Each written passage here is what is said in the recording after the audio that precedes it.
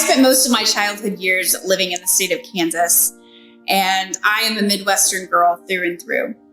And when you come to visit someone in a Midwestern home or even in their office, and they want to chat with you for a little while, they tell you to pull up a chair and stay a while.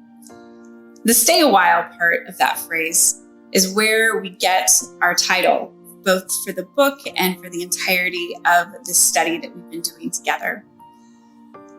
While there is a ton of flurry and activity in the season leading up to Christmas Day, while there is so much going on that we are societally expected to adhere to leading up to Christmas, the best part of Christmas isn't all of the presents. It's not all of the wrappings. It's not all of the stuff.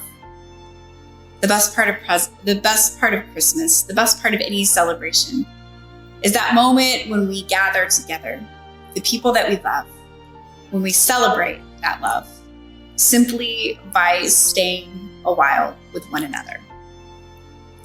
Today on Christmas Eve, we have done the hard work. We have invited, we have planned, we have prepared, we have welcomed. And now we reap the reward of welcoming Jesus into the world. While we've been saying this entire Advent season, not yet, the time has finally come for celebrations. The time has finally come to rejoice. I spent 4 years as the campus minister at the University of Kansas. And during that time, our ministry didn't have a space to call its own. And so we would rent facilities up on the campus for the student activities. And then also sometimes my husband and I would host the students in our home. We learned very quickly that the students preferred events at our house. I found this very interesting because it was much less convenient for the students because they had to actually get in their cars, leave campus. Some of them didn't have vehicles, so they had to get rides to our house because we lived about 2 miles away from campus. And yet time and time again, the students would tell me, no, we don't want to have Bible study on campus. We want to have it in your living room. I didn't think much about it at the time. I simply just said, okay, that's what they want to do. And we kept on doing it. But as I began to reflect back over the years, I wondered, what was it that made the students want to come into that space? Why didn't they want to just meet in a random room in the student union when it was so much more convenient? Why did they want to be in our home? I actually reached out to some of my former students who I'm lucky enough to now call my friends. And some of them replied that it was the sense of being in a home, of coming home, that meant so much to them.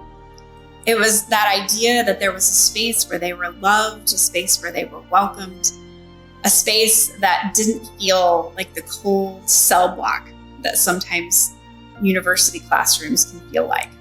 Simply put, my students wanted a place to stay a while. We see the deep human need for a place to call home in this week's passage from Isaiah.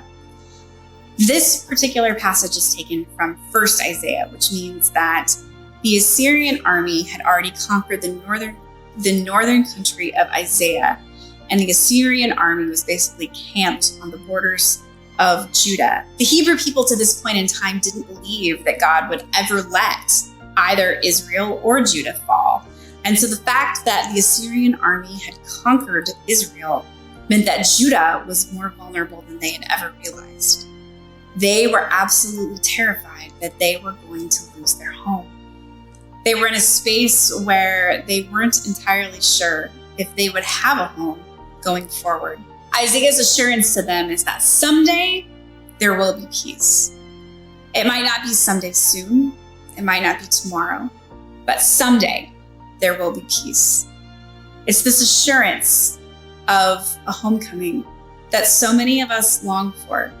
Isaiah's declaration of future peace goes so far to say that even the garments of war, the boots, even the elements of war like the swords, will one day be destroyed because they will no longer be needed. This is a powerful, powerful message that one day all will be at peace.